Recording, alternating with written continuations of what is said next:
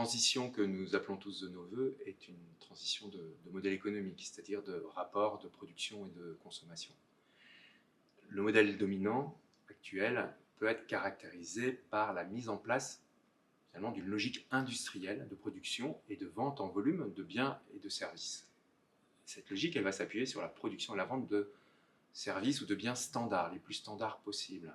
Pourquoi? Parce que ça nous permet d'une part de piloter par la réduction des coûts unitaires de production, en faisant un ensemble d'économies, de gains de productivité.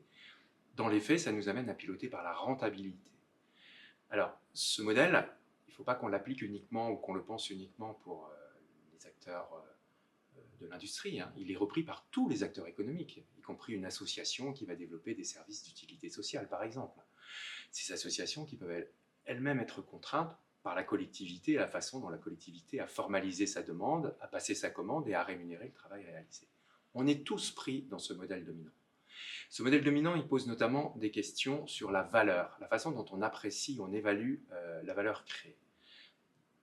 Pour moi, il y a trois principaux problèmes à l'appréciation de la valeur par le modèle économique industriel. Le premier, c'est que la valeur, on l'adresse au regard de la qualité des biens ou des services qui ont été produits. Par exemple, on va évaluer la qualité d'un accueil par le temps d'attente des personnes ou par le nombre de sonneries de téléphone avant de décrocher. On va apprécier la qualité d'une voiture par sa performance, sa vitesse, ses économies. Mais en fait, on voit que dans cette approche-là, on ne prend pas du tout en compte la relation de service, la façon dont le service fait ressource pour les bénéficiaires. Si j'évalue une voiture uniquement au confort, ça ne me dit en rien en quoi ça répond à mes enjeux de mobilité et aux différents usages dont j'ai besoin. Et ce n'est pas le nombre de sonneries de téléphone qui va me donner la pertinence finalement de la réponse qui m'aura été adressée. Alors, l'économie de la fonctionnalité et de la coopération, elle va proposer de regarder les effets utiles. En quoi ça crée une utilité? Qu'est-ce que crée, par exemple, la participation au temps auquel vous êtes en ce moment? Quel effet? Est-ce que c'est un effet en termes de confiance en fin de matinée? Est-ce que c'est un effet en termes de connaissance? Est-ce que c'est un effet en termes de construction de réseau, par exemple? Est-ce que c'est ça l'utilité qui va ressortir de vos 2 heures ou 3 heures d'échange? Alors, au-delà de cette première difficulté à apprécier la valeur, on a deux autres difficultés. C'est qu'il y a deux périmètres de valeur qui sont oubliés. Le premier, c'est la façon dont les personnes qui sont engagées dans le travail, alors je parle des élus, je parle des dirigeants, je parle des salariés, je parle des bénévoles, la façon dont leur engagement dans le travail va faire ressource pour elles-mêmes et va développer des ressources que l'on appelle immatérielles. Par exemple, la capacité à développer de la confiance, la capacité à développer des organisations plus pertinentes, la capacité à développer des connaissances, la capacité à soutenir finalement notre engagement dans le travail et à permettre ce renouvellement. L'économie de la fonctionnalité de la coopération va proposer d'avoir une attention forte à ces ressources, dites immatérielles, ces ressources immatérielles, et à piloter par l'attention à ces ressources et à leur développement. Et puis, le troisième problème que pose le modèle dominant, c'est qu'il ne s'intéresse pas du tout aux effets d'externalité. Les effets d'externalité, c'est la façon dont ma production de biens et de services va générer des effets indirects sur d'autres acteurs ou sur mon environnement. Par exemple, le modèle agricole, industriel, alimentaire va créer des effets d'externalité sur la pollution des sols, mais aussi sur la santé des mangeurs.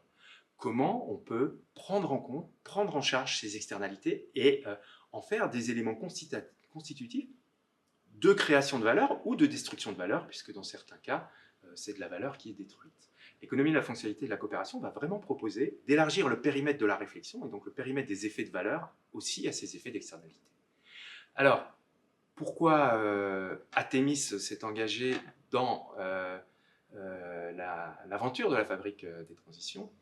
Athémis, d'abord, s'est engagé dans l'aventure de Villepert, territoire pilote de la transition, puisque Athémis, aux côtés de Los Angeles, a partagé ces éléments de compréhension, ces éléments de référentiel, pour construire le premier dispositif d'échange entre pairs et de construction de ce référentiel commun, ce référentiel socle, Villepert, territoire pilote de la transition.